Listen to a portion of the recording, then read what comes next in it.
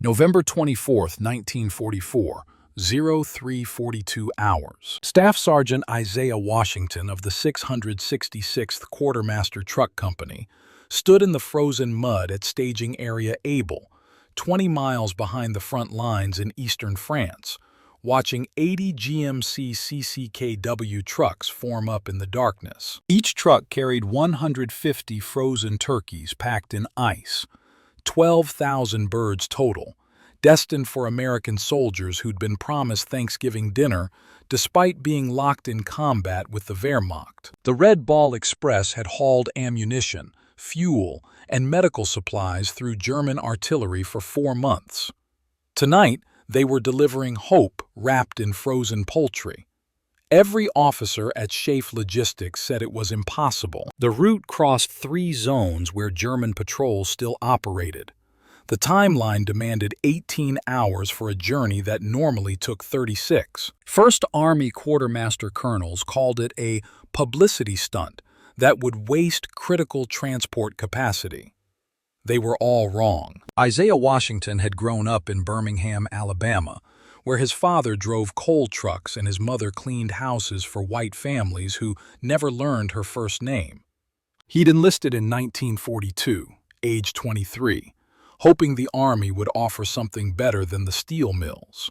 Instead, he got the Quartermaster Corps, the service branch nobody wanted, doing the work everybody needed. The 666th Quartermaster Truck Company was 98% black soldiers commanded by white officers who rotated out every 6 months, leaving the real leadership to men like Washington, who'd been driving the Red Ball since August. The Red Ball Express wasn't a formal unit. It was a logistics miracle born from desperation. After the breakout from Normandy in August 1944, Patton's Third Army had advanced so fast that supply lines couldn't keep up. Regular depot-to-depot trucking collapsed. Someone at SHAEF Logistics, probably a major who'd studied industrial efficiency before the war, came up with a radical solution: dedicated truck convoys running one-way loops at maximum speed, ignoring normal protocols, delivering supplies directly to advancing units. They painted red balls on the trucks so MPs would give them priority at every intersection. The system worked. Between August and November, the Red Ball delivered 412,000 tons of supplies, keeping the advance moving when railways and depots couldn't. 90% of Red Ball drivers were black. This wasn't coincidence. It was policy. The Army assigned African American soldiers to quartermaster, engineer, and service units, keeping combat positions segregated. White officers commanded. Black soldiers drove. The work was exhausting, dangerous, and invisible. Drivers ran 20-hour shifts through territory still contested by German holdouts. They faced artillery, ambush, and accidents on roads the Wehrmacht had deliberately sabotaged.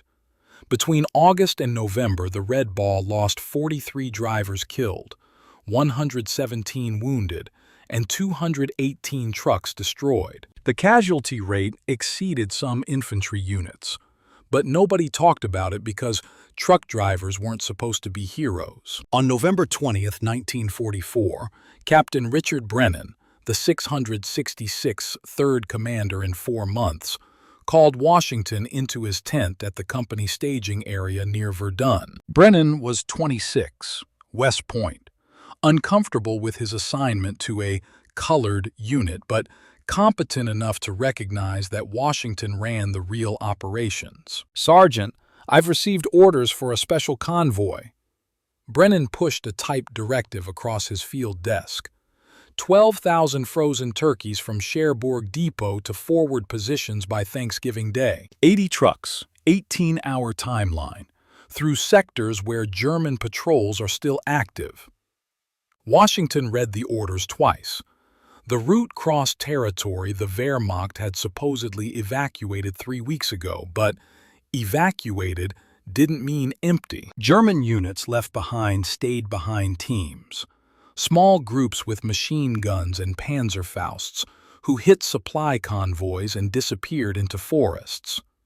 The Red Ball had learned this the hard way. 3 weeks earlier, a convoy lost 7 trucks to an ambush near Metz. The drivers survived, but the ammunition didn't reach the front until 2 days later, delaying an attack. "Sir, this route passes through the Argonne Forest sector. Intelligence reports German activity there as recently as yesterday." "I know, Sergeant. That's why I'm assigning you to lead it." Brennan lit a cigarette, his hands shaking slightly. "SHAEF wants troops to have Thanksgiving dinner. Morale initiative. The publicity office is already writing press releases about American boys getting turkey on the front lines." Washington understood immediately. This wasn't about feeding soldiers.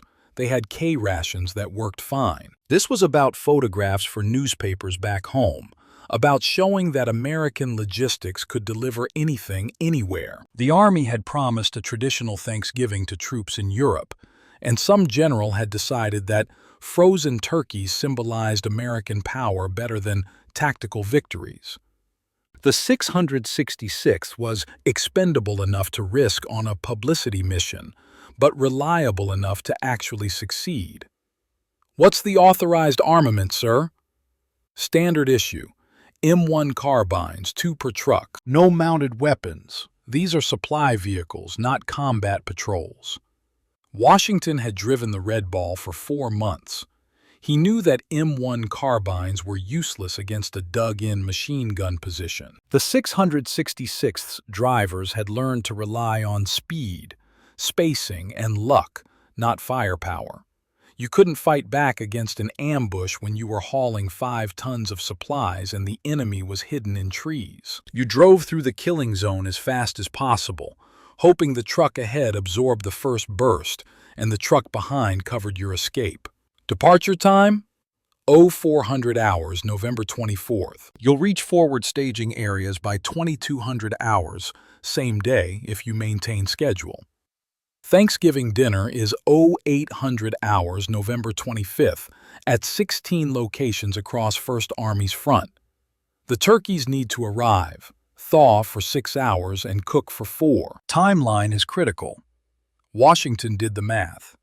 18 hours to cover 140 miles, including 3 fuel stops, 4 rest breaks, and passage through 2 active checkpoints. Average speed needed: 8 miles per hour, accounting for delays.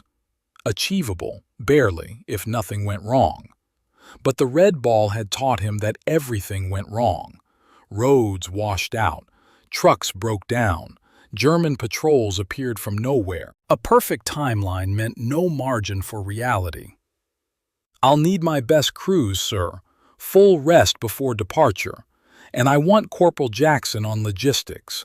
He knows the fuel cache locations better than anyone." "Take whoever you need, Sergeant. SHAEF is watching this one." Eisenhower's office specifically requested progress reports every 4 hours. Brennan stubbed out his cigarette. "Don't lose those turkeys, Washington. Generals care more about Thanksgiving publicity than they admit." Washington assembled his convoy at staging area Able between November 20th and November 23rd. The 666th had 160 drivers available. He selected 80 based on experience, mechanical skill, and cold weather endurance. Every driver had completed at least 40 Red Ball runs. They knew how to change a tire in darkness, how to navigate by compass when roads disappeared, how to recognize the sound of German MG-42 machine guns before the first rounds hit. Corporal Marcus Jackson handled logistics. Jackson, age 29, from Detroit, had worked as a warehouse supervisor at Ford before enlisting. He understood supply chain mathematics better than most quartermaster officers. Jackson calculated fuel consumption rates, mapped cache locations, and identified alternate routes for every contested sector. By November 22nd, he'd created a route plan with 17 decision points where the convoy could divert if the primary road became impassable. The weak point is the Argonne crossing. Jackson told Washington, spreading maps across a truck hood. 12 miles through forest with only one paved road. German stay-behinds hit a fuel convoy there on November 19th, killed 2 drivers, burned 3 trucks. Intelligence says they're still active. Washington studied the map. The Argonne Forest had been a nightmare in World War I, and it remained dangerous in 1944. Dense woodland provided perfect cover for ambush. The single road, designated Route Noire by French locals, ran straight through the center with no alternate paths. Any convoy using Route Noire would be visible for those entire 12 miles, moving slow because the road twisted through hills. A well-positioned machine gun could hit every truck in sequence. What about going around? Northern route through Claremont. Adds 40 miles in 6 hours. We'd miss the deadline. Jackson traced the alternative route with his finger. Plus, Claremont route crosses 2 bridges the Wehrmacht sabotaged last month. Engineers say they're repaired, but I don't trust 4-week-old assessments. Washington made the decision. We go through Argonne, but we modify the spacing. Standard red ball protocol is 60 yards between trucks. We'll increase that to 200 yards through the forest sector. If they hit the convoy, I want enough distance that only 3 or 4 trucks are in the kill zone at once. That'll slow us down. I know, but I'd rather arrive late with 70 trucks than on time with 50. Washington looked at the fuel calculations. Can we maintain timeline with the extended spacing? Jackson ran numbers in his head. If we cut rest breaks from 15 minutes to 10, and if we skip the 3rd fuel stop by topping off at Verdun before entering the forest, yeah, we can make it. The 666th spent November 23rd loading turkeys. Each frozen bird weighed 12 pounds, 25 birds per crate, 6 crates per truck. The turkeys arrived from Cherbourg Depot packed in ice and wrapped in canvas tarps. Loading crews worked in shifts because frozen turkey crates numbed hands through gloves within minutes. By 1800 hours on November 23rd, all 80 trucks were loaded, fueled, and mechanically inspected. Washington held a driver briefing at 2000 hours. 80 men gathered in the motor pool, breath steaming in November cold. Most had been awake since 0400 hours, but nobody complained. Red ball drivers learned to function on 4 hours of sleep and cold coffee. Gentlemen, tomorrow we're hauling Thanksgiving dinner to the front. Washington kept his voice level, matter of fact. 12,000 frozen turkeys, 80 trucks, 18 hours. The route crosses contested territory, including a 12-mile stretch through Argonne Forest, where German patrols are still active. He let that information settle. Every driver knew what contested territory meant. Several had been in the convoy that lost 7 trucks at Metz. Spacing will be 200 yards through the Argonne sector. If we take fire, do not stop. Do not return fire unless you have clear targets. Your job is to drive through the ambush zone as fast as this road allows. The truck ahead of you absorbs the first contact. The truck behind covers your escape. Keep moving. Private Leonard Hayes, 22 years old, from Harlem, raised his hand. Hayes had joined the 666th in September after 2 months driving ammunition runs. He'd seen a fuel truck explode at Metz and hadn't slept well since. Sergeant, if they hit us hard, if trucks are burning and blocking the road, what do we do? Washington had thought about this scenario for 3 days. The Red Ball had protocols for ambush response, but those protocols assumed you were hauling ammunition or fuel worth dying for. Frozen turkeys didn't justify casualties, but SHAEF had made this mission a priority, which meant failure would reflect on the 666th, would reflect on black soldiers' capability, would become another data point for officers who believed African Americans couldn't handle complex logistics. If the lead trucks are disabled and blocking the road, the convoy stops. Drivers exit vehicles and take defensive positions with carbines. We hold until the attack ends or until relief arrives. But understand this, our job is delivery, not combat. We're truck drivers, not infantry. Our weapon is speed and our armor is distance. Don't be heroes, be smart. November 24th, 03:42 hours. 80 GMC CCKW trucks formed up in column at staging area Able, engines running, headlights dark. Each driver had eaten a cold breakfast, filled his canteen, and packed extra rations. Washington's truck led the convoy, number 001, painted with the red ball insignia and the 666th unit identifier. Jackson rode in the cab beside him, managing radio communications and timeline tracking. At 0400 hours precisely, Washington released the handbrake and rolled forward. Behind him, 79 trucks followed at 200-yard intervals. The convoy stretched back nearly 3 miles, a mechanical snake moving through darkness at 12 miles per hour, hauling frozen poultry toward a war zone where men were dying for real objectives. The first 60 miles went perfectly. The convoy followed main supply routes designated by red ball signs at every intersection. Military police waved them through checkpoints without delay. Fuel stop at Verdun lasted 8 minutes. Trucks pulled in staggered, topped off tanks, and departed without breaking convoy spacing. By 09:45 hours, Washington's timeline showed them 17 minutes ahead of schedule. At 10:15 hours, the convoy reached the Argonne forest boundary.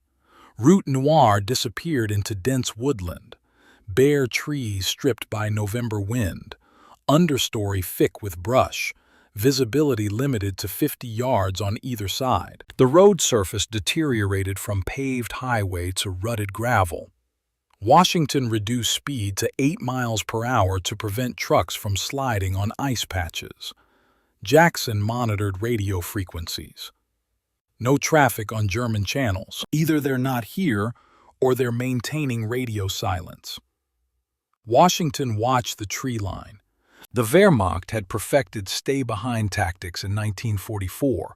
Small teams equipped with machine guns, Panzerfausts, and landmines who waited until targets entered kill zones before opening fire. They struck fast, inflicted casualties, and withdrew before reinforcements arrived. Fighting them was pointless because they never stood and defended. You had to absorb their attack and keep moving, accepting losses as the price of maintaining supply flow. At 10,047 hours, 4 miles into the Argonne crossing, the first truck died. Number 027, driven by Private William Carter, age 20, from Atlanta. The GMC's engine seized without warning, catastrophic mechanical failure, probably a thrown rod or cracked cylinder head. Carter coasted to the shoulder and activated his emergency flasher. Washington, monitoring rear progress through side mirrors, saw the disabled truck but kept moving forward. Red ball protocol was clear. Disabled vehicles were left for recovery teams. The convoy didn't stop. But losing truck 027 meant losing 150 turkeys, 1.25% of the total cargo. SHAEF expected 12,000 birds delivered. Arriving with 11,850 would be reported as failure. Washington made a tactical decision.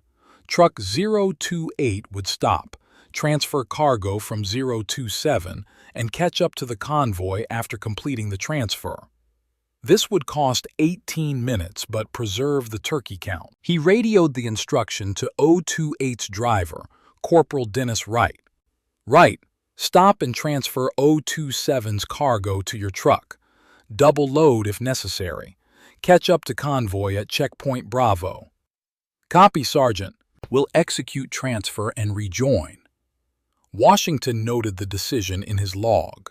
10,049 hours. Truck 027 mechanical failure. Cargo transferred to 028. Convoy continuing. Recovery team notified via radio. He felt the calculation behind every command. Time lost. Risk accepted. Mission priority maintained. Truck drivers made these decisions 100 times per run, balancing speed against safety, cargo against casualties. Officers at SHAEF never saw these choices because they happened in real time on roads where radio contact was intermittent and written orders meant nothing. At 11:28 hours, the convoy reached the midpoint of the Argonne crossing, 6 miles in, 6 miles remaining. The forest thickened. Route Noire narrowed to single lane with passing impossible.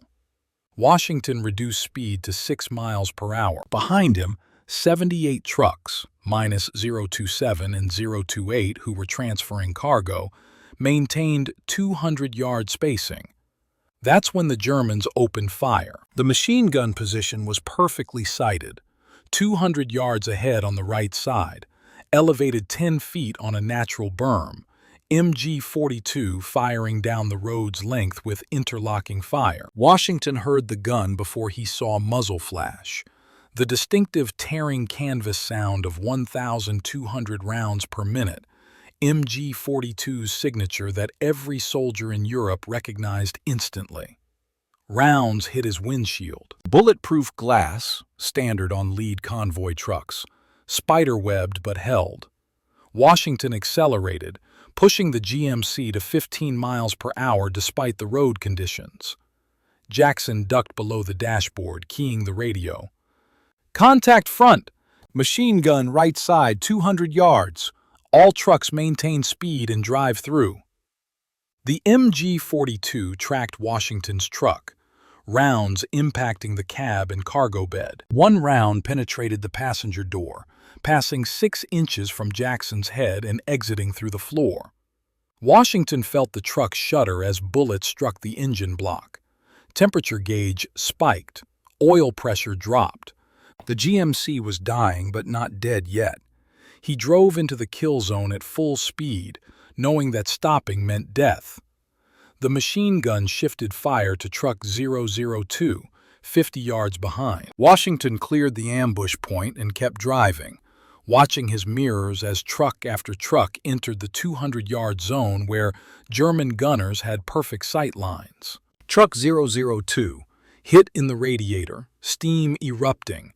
Driver maintained speed and cleared the zone. Truck 003 hit in the cargo bed, turkeys exploding from punctured crates. Driver kept moving. Truck 004. Catastrophic hit. Rounds penetrated the fuel tank. Gasoline ignited. The GMC became a fireball. Driver, Private James Morrison, age 23, Chicago, bailed out and rolled into the ditch. The burning truck coasted 40 yards before stopping, blocking half the road. Trucks 005 through 007 swerved around Morrison's burning vehicle, maintaining speed through the kill zone. The MG-42 tracked each truck methodically, firing controlled bursts. German gunners weren't panicking. They were professionals executing a rehearsed ambush. Washington's engine temperature hit critical. He pulled into a clearing 300 yards past the ambush point, the GMC coughing black smoke. Jackson radioed situation updates while Washington grabbed his M1 carbine and exited the disabled truck. Behind him, the convoy continued to roll through the ambush at 6 miles per hour, each truck absorbing fire until it cleared the 200-yard zone. Truck 008, disabled, coasted to a stop in the kill zone. Truck 009, cleared. Truck 010, hit but functional, kept moving. The ambush lasted 4 minutes. In those 4 minutes, the German MG-42 position fired approximately 4,800 rounds, hitting 63 of 78 trucks. 3 trucks were completely disabled, 004, 008, and 013. 7 trucks suffered damage severe enough to require immediate maintenance. The rest rolled past the ambush point with varying degrees of damage. shot out windshields, punctured radiators, destroyed cargo. Washington counted trucks as they passed his position. 78 had entered the kill zone, minus 027 and 028 still transferring cargo. 75 emerged. 3 were burning or disabled within the ambush zone. Private Morrison from Truck 004 was alive, crouched in a ditch with a sprained ankle. Truck 008's driver, Corporal Edwin Price, was dead. A single round through the cab had killed him instantly. Jackson coordinated via radio. All trucks maintain course to Checkpoint Bravo. Do not stop for disabled vehicles. Recovery teams en route. Washington made rapid calculations. 3 trucks lost meant 450 turkeys gone, plus the 150 from Truck 027's mechanical failure. Total losses: 600 turkeys, 5% of the mission cargo. Still within acceptable parameters, 11,400 birds would reach the front. But Corporal Price was dead. A 24-year-old man from Newark who'd driven Red Ball convoys for 3 months was dead because SHAEF wanted Thanksgiving publicity. Washington felt rage building, not at the Germans who'd executed the ambush, but at the officers who'd designed a mission that risked lives for frozen poultry. He radioed Jackson. "Continue convoy to Bravo. I'm staying to coordinate recovery." "Sergeant, protocol says..." "I know the protocol, Corporal. You're in command until I rejoin. Get those turkeys to the front." Washington stayed with Morrison and Price's body until recovery teams arrived 90 minutes later. The German machine gun position had withdrawn, standard stay-behind tactics. By the time American infantry secured the area, the MG-42 crew was 5 miles away, probably already planning their next ambush. Recovery troops extracted Price's body from Truck 008 and loaded it into an ambulance. A young lieutenant from Graves Registration took Washington's statement: name, rank, unit, circumstances of death. The lieutenant didn't ask why a quartermaster sergeant was hauling turkeys through active combat zones. Everyone in Europe knew the Red Ball ran through hell because the alternative was letting the front collapse from supply starvation. Washington caught up to the convoy at Checkpoint Bravo at 14:45 hours. Jackson had maintained timeline despite the ambush. 75 trucks were fueled and ready to continue. Truck 028, having completed cargo transfer from the mechanically failed 027, had rejoined at 13:20 hours, bringing the operational total to 76 trucks. Between Checkpoint Bravo and Checkpoint Charlie, the final leg before reaching forward staging areas, the convoy crossed 40 miles of territory that had changed hands 3 times in the past month. American forces controlled the roads, but control in November 1944 meant different things depending on time of day. Wehrmacht patrols still operated at night. Artillery still hit supply routes randomly. The war wasn't a line on a map. It was 1,000 small battles happening wherever 2 sides encountered each other. At 16:47 hours, 32 miles from final destination, the second ambush hit. This one was different. Not a stationary machine gun position, but a mobile assault. 2 German armored cars, probably SDKFZ-222 reconnaissance vehicles, emerged from a side road and engaged the convoy's middle section with 20mm autocannons. The attack was surgical. The armored cars targeted specific trucks, fired short bursts and withdrew before return fire could be organized. Truck 041. Autocannon rounds penetrated the engine. Driver bailed out safely. Truck 042. Direct hit on cargo bed. Turkeys and ice scattered across the road. Truck 043. Disabled by fire that shredded both front tires. The armored cars disappeared into woodland before Washington could coordinate a response. The attack lasted 90 seconds, disabled 3 trucks and killed 0 soldiers. It was harassment fire, designed to slow the convoy and degrade morale, not to destroy it completely. Jackson radioed from mid-convoy position. "Second ambush, autocannon fire, 3 trucks disabled, drivers all safe, continuing to Charlie." Washington absorbed the information. 6 trucks lost now, 3 from the Argonne ambush, 3 from autocannon fire. 1 driver dead, Corporal Price. Total turkey losses, approximately 900 birds, 7.5% of the mission cargo. He made a command decision that violated every Red Ball protocol. The convoy would not leave disabled trucks behind. They'd lost too many vehicles already, and abandoning them meant abandoning cargo. Instead, functional trucks would tow disabled ones to Checkpoint Charlie, where mechanics could attempt field repairs. All trucks, if you can tow a disabled vehicle without losing speed, do it. We're not leaving anything behind. This decision cost time, approximately 40 minutes as drivers improvised tow chains and connected disabled trucks to functional ones. But it preserved cargo. By 1745 hours, 76 trucks, 70 operational, 6 being towed, were moving toward Checkpoint Charlie at reduced speed. The convoy reached Charlie at 1923 hours, 37 minutes behind schedule. Field mechanics immediately began emergency repairs on the 6 disabled trucks. 3 could be fixed within 2 hours, simple repairs like tire changes and radiator patches. 3 were beyond field repair and would need depot-level maintenance. Washington recalculated. 73 operational trucks, 11,100 turkeys remaining, 92.5% of the original cargo. Timeline showed arrival at forward staging areas by 2145 hours, if they departed Charlie by 2000 hours. While mechanics worked, Washington walked the convoy line, checking each driver. Most were exhausted. 15 hours of driving through combat zones with minimal rest. Several trucks showed battle damage, bullet holes, shattered windshields, damaged cargo beds. But every driver was functional.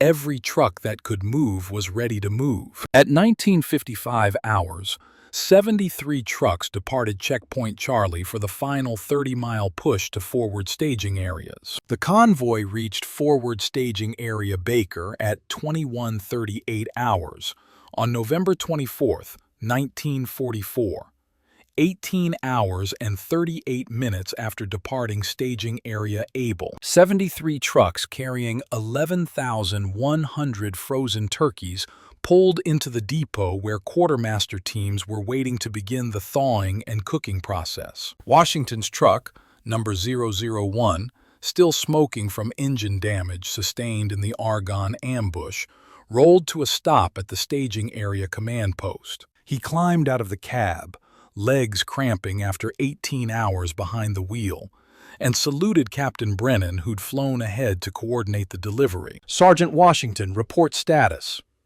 "Sir, 73 trucks operational, 11,100 turkeys delivered, 1 KIA, Corporal Price, 3 WIA, minor injuries from vehicle exits under fire, 7 trucks disabled, 3 repairable at depot level, 4 total losses." Brennan reviewed the numbers against his clipboard. SHAEF requested 12,000 birds. You delivered 11,100. That's 92.5%. "Yes, sir. Lost turkeys to mechanical failure, enemy action, and cargo damage during ambush. Could not prevent all losses while maintaining timeline." Brennan nodded slowly. In the background, quartermaster teams were already unloading trucks, transferring frozen turkeys to field kitchens, where they'd thaw for 6 hours before cooking began at 0400 hours on Thanksgiving morning. The timeline was tight but workable. "Sergeant, SHAEF Public Affairs wants a statement for the press release. They're calling this Thanksgiving Miracle or some propaganda like that."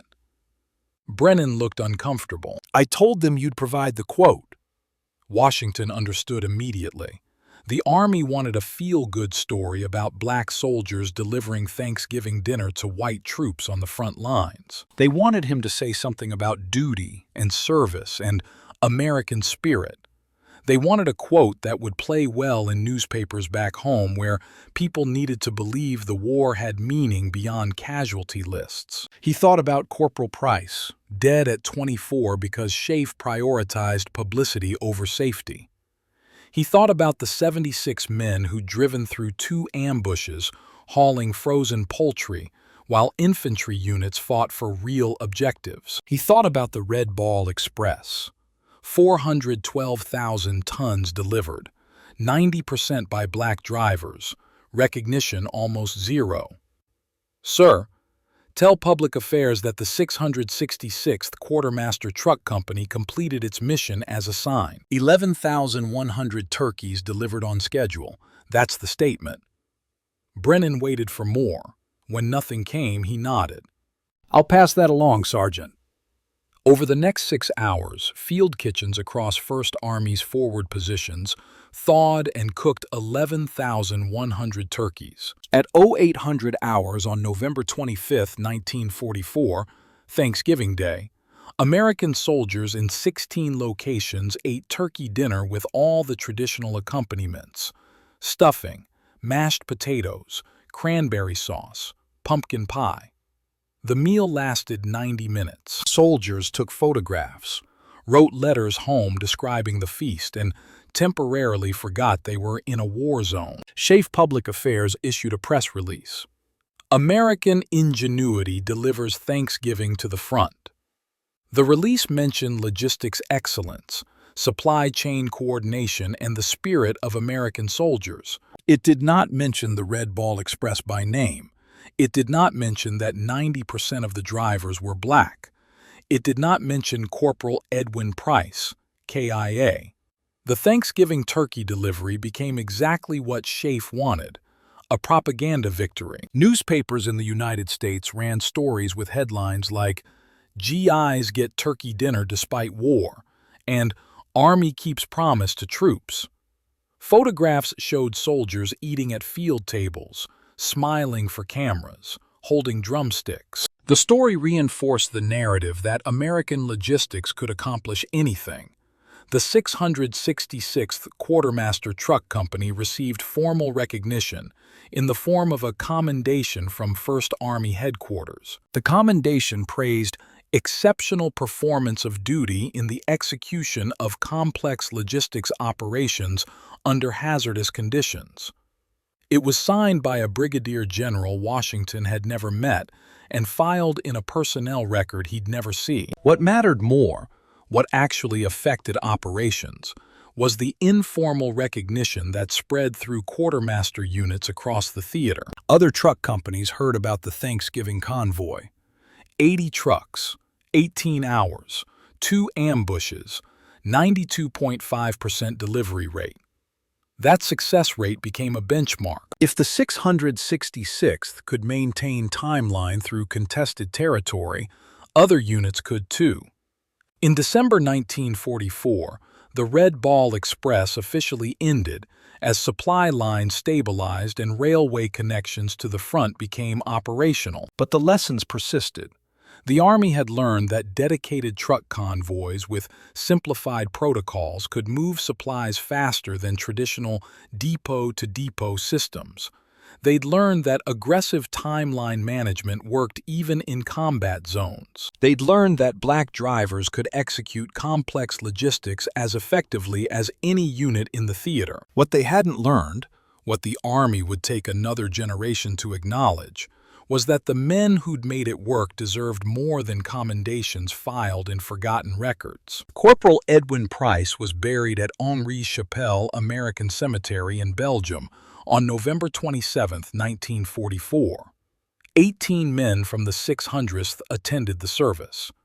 Captain Brennan read a brief statement about sacrifice and duty. A chaplain said prayers. They lowered the casket and saluted. Price's family in Newark received a telegram on November 29th. The Secretary of War desires me to express his deep regret that your son, Corporal Edwin Price, was killed in action in France on 24 November 1944. Letter follows. The letter that followed provided minimal details. Killed during enemy action while performing duties as a truck driver. No mention of turkeys. No mention that he died hauling Thanksgiving publicity. Washington wrote a personal letter to Price's mother. He explained that Edwin had been a reliable driver, respected by his fellow soldiers, competent under pressure. He did not explain the mission circumstances because doing so would sound absurd. Your son died delivering frozen poultry so generals could tell newspapers that American logistics worked perfectly. Instead, Washington wrote about duty and service. The same empty phrases he'd refused to give SHAEF Public Affairs, now deployed because a grieving mother needed something to hold on to besides a flag and a telegram. The Red Ball Express final casualty count: 43 drivers killed, 117 wounded, 218 trucks destroyed. Those numbers didn't appear in press releases about logistics excellence. The men who died weren't infantry charging machine gun nests or pilots shot down over Germany. They were truck drivers who'd accepted that hauling supplies through combat zones was how they'd contribute to victory. 90% were black. The Army assigned them to quartermaster units because segregation policies said they couldn't serve in combat roles. Then the Army sent them into combat zones anyway because supplies had to reach the front and somebody had to drive the trucks. The contradiction was never acknowledged. Staff Sergeant Isaiah Washington remained with the 666th Quartermaster Truck Company until May 1945. He participated in supply operations supporting the Rhine crossing, the Ruhr encirclement, and the final advance into Germany. He earned a Bronze Star for actions during a convoy that maintained delivery timeline despite artillery fire. The citation was brief and unremarkable. After the war, Washington returned to Birmingham. He worked at a steel mill, the same mill he'd hoped to escape by enlisting. He married, had 3 children, lived in the same neighborhood where he'd grown up. He never spoke about the Red Ball Express except once, when a grandson doing a school project asked about World War II. "I drove trucks," Washington told the boy. "We delivered supplies." That's what we did. The grandson pressed for details, battles, heroes, dramatic moments. Washington deflected. "Driving trucks isn't dramatic. It's just work. You do the work, you complete the mission, you go home. That's the whole story." But it wasn't the whole story. The Red Ball Express had been dramatic in ways that newspapers never reported. 412,000 tons delivered between August and November 1944. 90% of those tons hauled by black drivers who weren't allowed to fight but were expected to die if necessary to keep supply lines open. The contradiction defined their service: essential but unrecognized, critical but invisible. The Army began integrating units in 1948 when President Truman issued Executive Order 9981. The process took years. Old officers resisted, arguing that black soldiers lacked the capability for combat roles, conveniently forgetting that black soldiers had been driving through combat zones since 1944, facing the same hazards as infantry but carrying carbines instead of rifles. The Red Ball Express faded from official history. No monuments, no museums, minimal mention in standard accounts of World War II logistics. The story that survived was sanitized.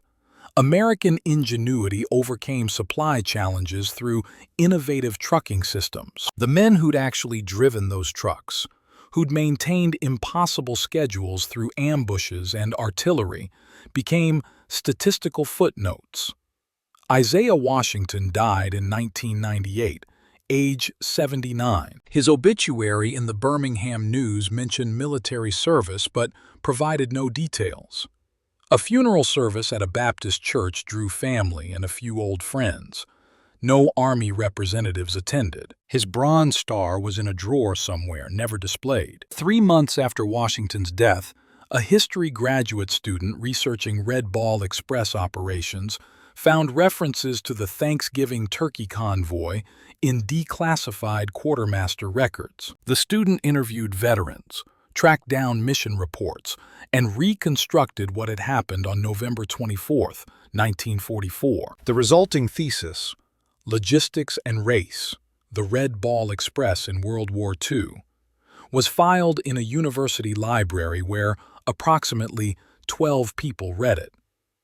The story didn't become widely known until 2004, when a documentary filmmaker discovered the thesis and decided to tell the Red Ball story properly. The documentary included interviews with surviving veterans. Washington had died 6 years earlier.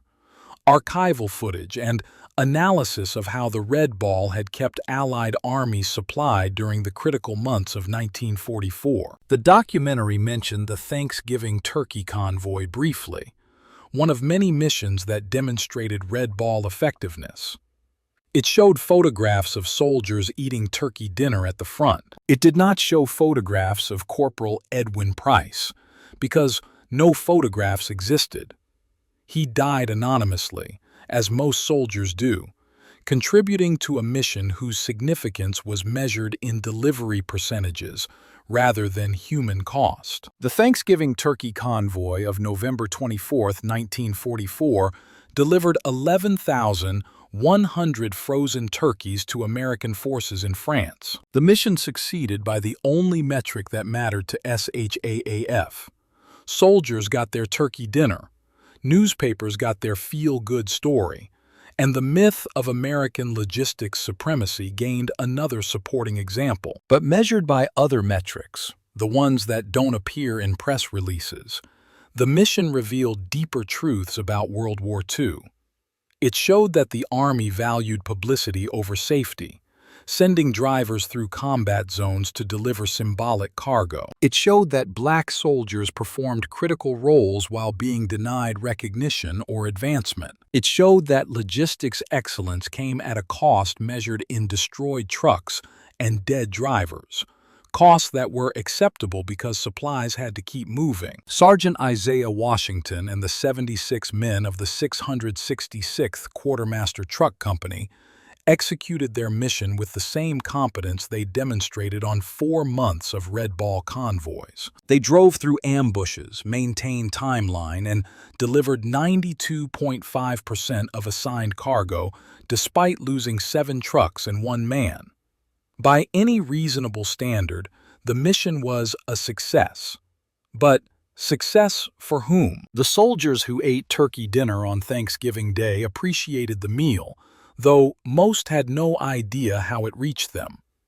The generals who approved the mission could report to SHAEF that American logistics worked perfectly. The newspapers that ran the story could tell readers that American boys were being taken care of despite the war.